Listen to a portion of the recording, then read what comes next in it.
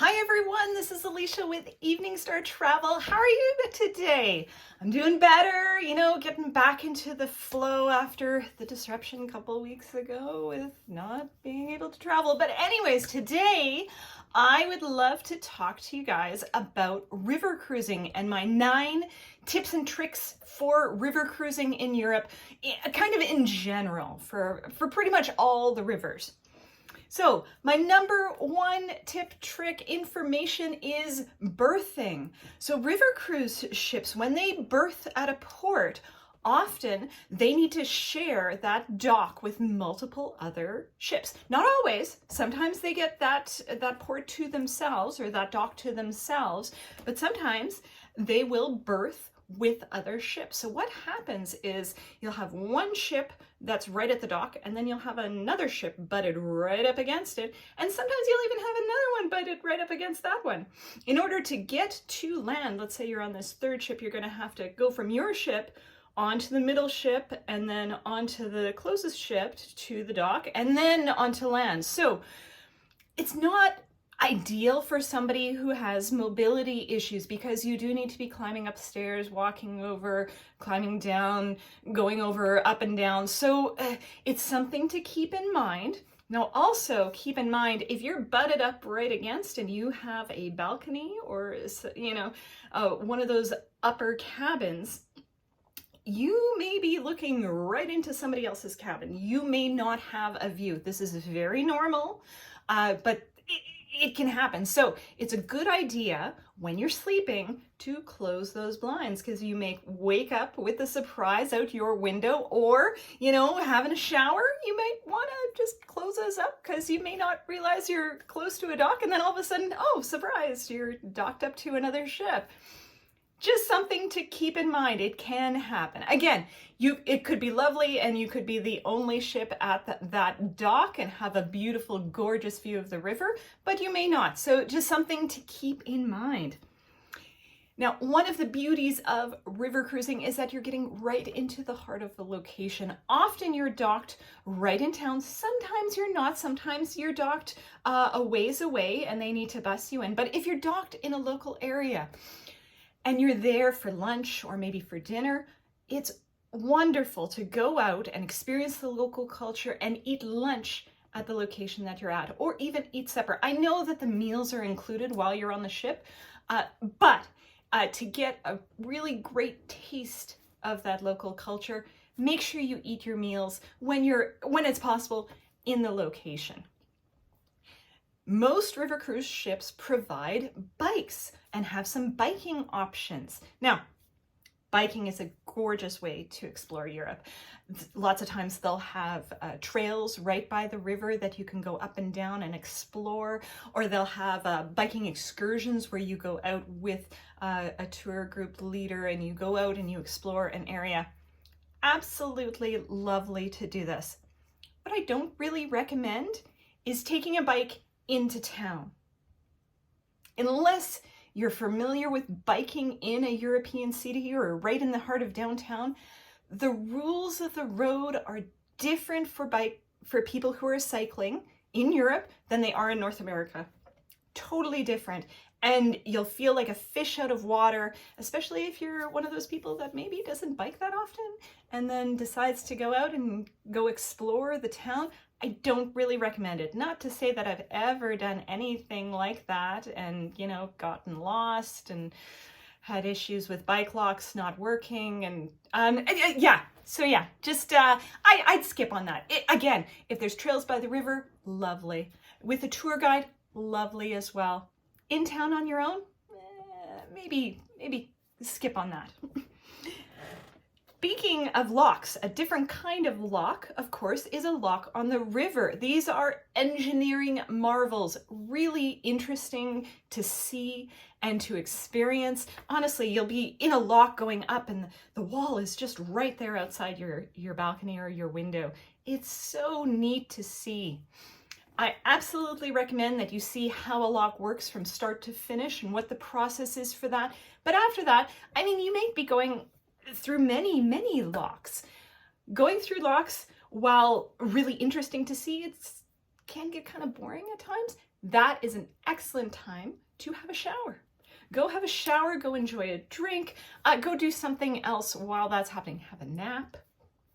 It's fabulous. So yes, see the locks, but then take a shower. Now, excursions are often included, typically included with your river cruise package. The excursions that the river cruise put on are absolutely fabulous. You know, getting a walk through the city or exploring some of the local food or some of the historic sites, fantastic. But never feel obligated that you need to go on these excursions. You are always welcome to explore the local region on your own, or, you know, if you're just tired and you don't want to go out, just stay on the ship. Often you can just stay on the ship. Sometimes you don't get a lot of time on the ship. So, you know, skipping an excursion, while yes, you're included, so you feel obligated, you should really go on it. No. Just take a down day. Stay on the ship, relax. This is your vacation. Yes, you're exploring beautiful places in Europe, but you don't want to overextend yourself, and having a down day is not a bad idea. Or just walking around the town, exploring at your own pace. Absolutely wonderful. I do highly recommend it. Now, there is an exception to this. Sundays in Europe typically are a down day for the local people. So often shops will be closed, or different museums and exhibitions will be closed during that day. So if you were thinking of going off and exploring, I wouldn't recommend doing it on a Sunday. On a Sunday, either just explore, stay on the ship, or take the included excursion, because obviously that'll go to some place or something that will be open for that time. So Sundays. And double check the region too. Double check with your cruise director. Sometimes some locations will also close down Saturday afternoon, late on Saturday afternoon, or sometimes even on Monday, sometimes things will be closed. So just double check. Cruise director is a great resource for information like that. Speaking of that, if you do have a sailing day where you're sailing through picturesque regions, talk to your cruise director when you're on your way. Check with them to see what times will be the most picturesque, or the times that you don't want to miss on a sailing day, so you can make sure that you're up on that upper floor, upper deck, and you can see the amazing sights that you're going to be passing through. Things that you don't want to miss. So your cruise director is a great resource for that. Beverages. So yes, beverages are included with your cruise. Typically, you will, you'll get wine or beer at lunch or dinner, but sometimes other drinks will be included as well. If you feel like it though, you are more than welcome to bring your own beverages. If you found a beautiful bottle of wine, bring it on board. You can enjoy it at your leisure in your cabin, or you can absolutely bring it out into the common areas. There's no restrictions on that. Or maybe, you know, you have a beloved whiskey or scotch that you really love, and you've brought a bottle with you. Enjoy it. You are welcome. It's not like an ocean cruise. You are welcome to bring your own beverages on board. No problem with that. Finally, my last tip. River cruises are the most, I want to say volatile, but volatile is not really the right word. The rivers are ever changing. River cruising is an absolutely gorgeous way, relaxing way to see a country. But because of the nature of rivers, sometimes plans change. This is one of the styles of travel that you really do need to pack your patience and go with the flow. I know, it's making puns again. River cruises, depending on the weather, depending on the rain, the river levels could be high, the river levels could be low.